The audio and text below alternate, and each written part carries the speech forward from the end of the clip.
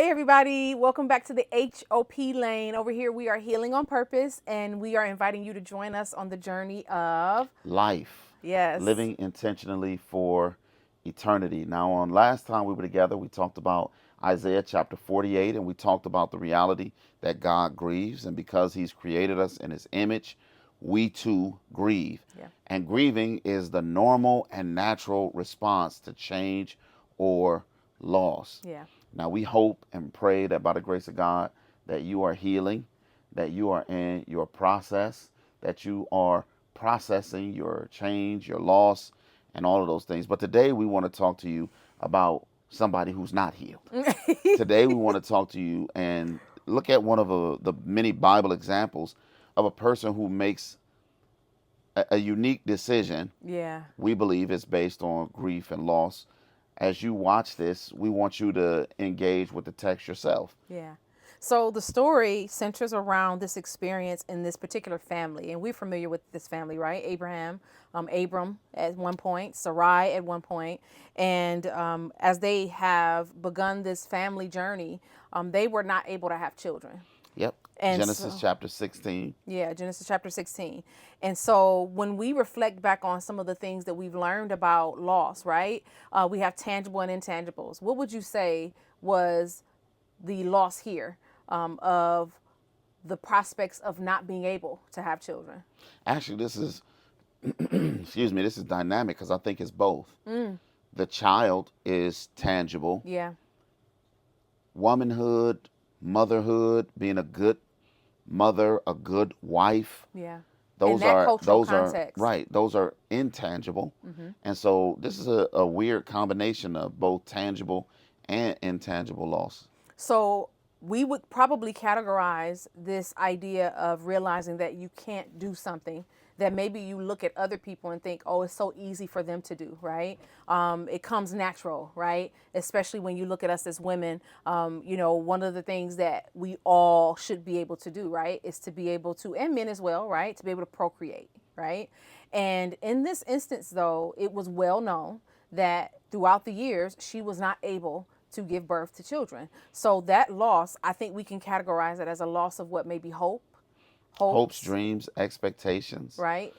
expectations of what it means again to be a wife, a mother, a woman in Yeah. these times.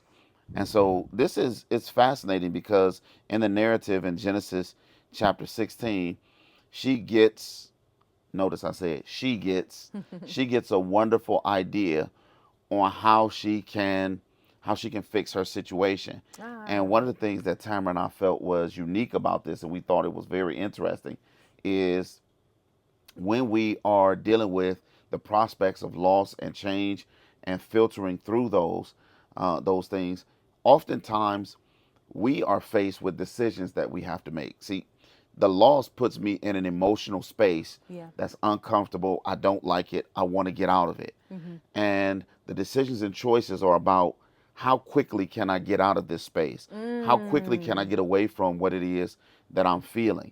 So that's a vulnerable place to be in. And what makes it even more vulnerable is when you don't recognize that that's where you are.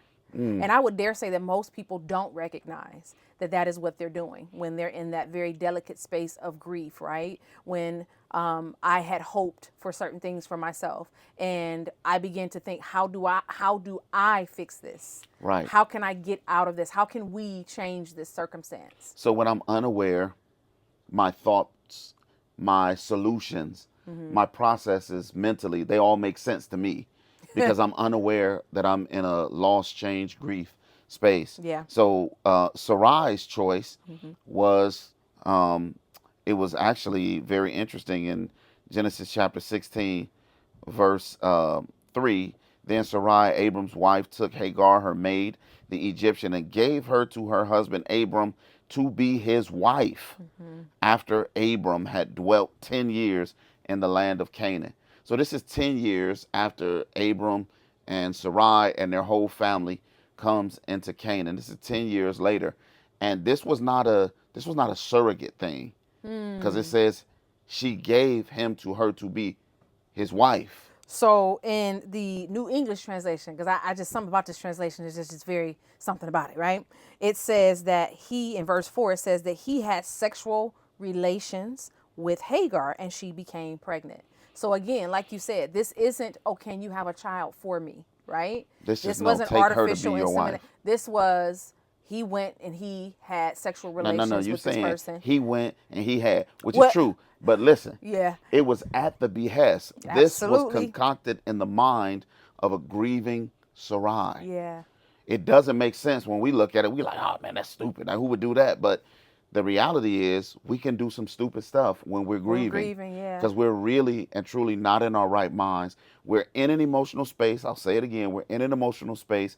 It's terribly uncomfortable, and we're thinking, what's the fastest way to get out of this? And for her, this made complete and total sense. So going back to what you talked about earlier, when we're in that space, we're creating these ideas or these thoughts in our brains, and it sounds so good to us. But then when we make it a communal type of situation, right? Because it went from being a thought that she had in her brain to now becoming this action item within their family dynamic.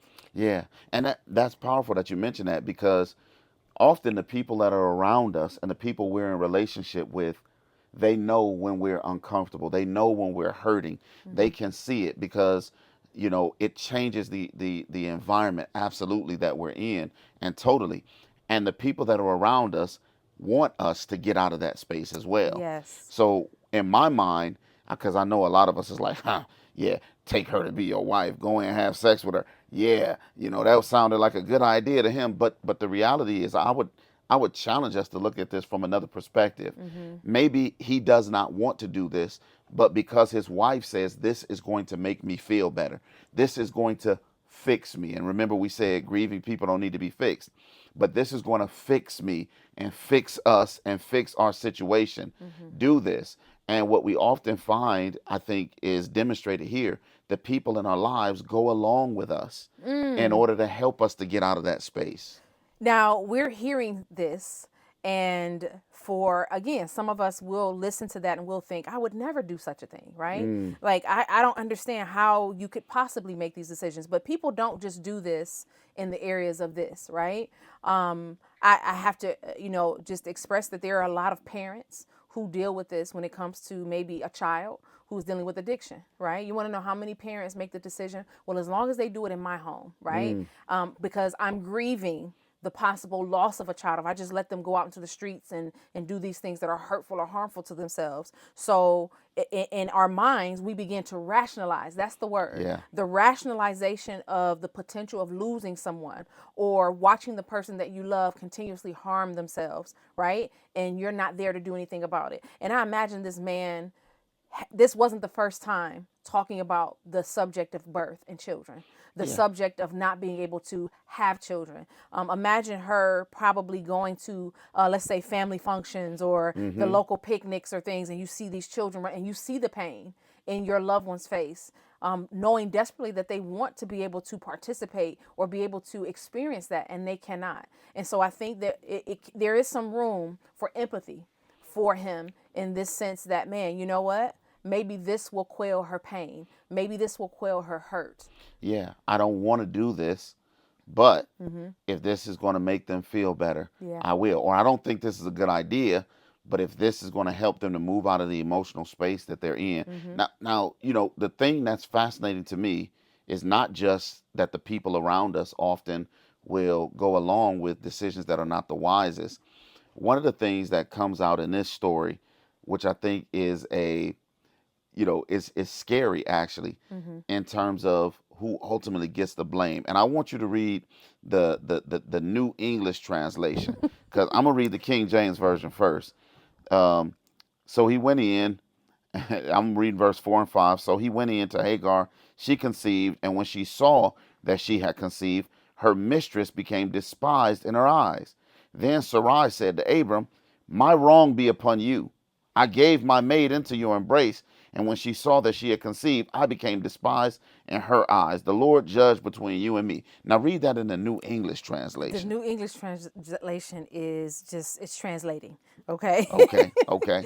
It says, verse 4, he had sexual relations with Hagar and she became pregnant. Once Hagar realized she was pregnant, okay, she despised Sarai. Then Sarai said to Abraham, this is where it gets a Listen little to this. tricky, Listen to this, okay? friends.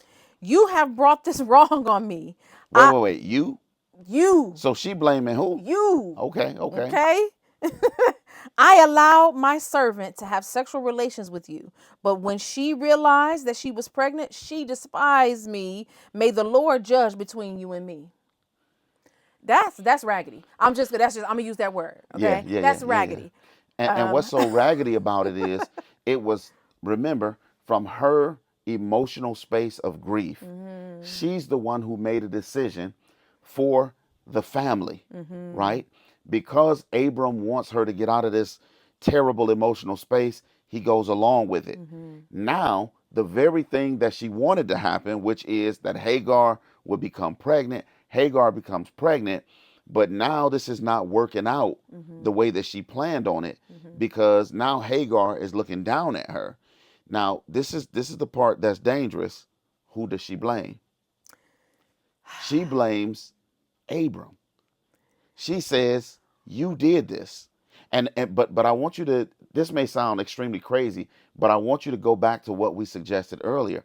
When I'm in an emotional space and I'm trying to do something to get out of that emotional space, the reality is my decision making capabilities are not the safest. But it all makes sense in my mind. And here's the crazy thing. When I have to now live with the results of the decisions Yeah. that I have made In my grief. in my grief, Yes. now all of a sudden, somehow the script has been rewritten and I didn't make the decisions. You are the one that's responsible for it. And believe it or not, this actually isn't an uncommon situation. And when I say situation, when most people who are experiencing grief, and you've experienced this as a person who goes into people's hospital rooms and their family members are there, and people are praying and asking God to heal their loved ones and to change the situation or the circumstance, and it does not change. You often have expressed to me that you've experienced people Oh, yeah. lashing out. People, I've been cursed out. I've been in a room with doctors and nurses who've been cursed out. You know, a child is angry, an adult child is angry because their parent, their mother, their father has died. And that grief is overwhelming so that they begin to blame everybody in the room. Yeah. Now, the doctors and nurses were there to care for the individual, to try to prolong the life, to try to save the life. I'm there to pray with the individual and with the family, but we all end up getting cursed out. Yeah. Now, being in that situation, I don't take it personal because I understand, that this person is grieving and that grief is coming out. In order to deal with that uncomfortable feeling that they have, they are doing whatever it takes, and cursing me and the doctor and the nurse or whoever else out is the means that they choose at that time to be able to deal with the hurt. Something you're going to hear us talk about probably throughout the experience of Bible narratives on healing is this concept that loss and change, they're challenging. They're challenging on so many levels, right? And yet they lead us to a place oftentimes where we feel like we don't have a choice. That's the scary thing about grief. Grief often puts us in positions where we feel like we don't have a choice. But we're here to let you know that actually that isn't the case, right? While we don't have the ability to be able to stop certain things from happening all the time, even though we've prayed and maybe asked God to intervene, or maybe even when it's in our relationships with other people, right? We can't control other people's, right, decisions and choices necessarily. But one of the things that we do realize is that when we are in positions where life is bringing about all of these different changes and these losses, they are challenging. That is the truth. But you do have a choice. And if we're looking at this story from this perspective, she was looking for someone to blame for the outcome of her bad decision that she made in grief, as if to say that she did not have a choice. Yeah, And the truth is that Sarai did have a choice. she did. Yeah. So let me read verse 6 here, and then we want to ask you to talk to us and give us some of what you think. Verse 6. So she goes off on Abram. It's your fault. You did this. This was your plan. Yeah. And he like, Hold wait a up. minute now. Verse 6. So Abram said to Sarai, indeed, your maid is in your hand. Do to her as you please. Lord have mercy. Mm-hmm. And when Sarai dealt harshly with her, she fled from her presence. So first Sarai blames Abram, and then Sarai begins to take it out Lash out. on Hagar, who, again, this was all a plan that was concocted in her mind to escape or get away from the loss, the change, the grief that she was experiencing. And it doesn't work out. But now, when it doesn't work out, I'm lashing out at my husband. Now I'm lashing out at my servant, right? So here's what we want to ask you. We want you to share with us, what are some of your thoughts about this story? Have you ever found yourself in a situation where you've concocted a plan to get out of that grief, loss, change space, and it didn't work out? And then when it didn't work out, you start blaming the people around you. Now I know y'all like, no, no, no, no, no, no, not me. But y'all know we like to keep it real.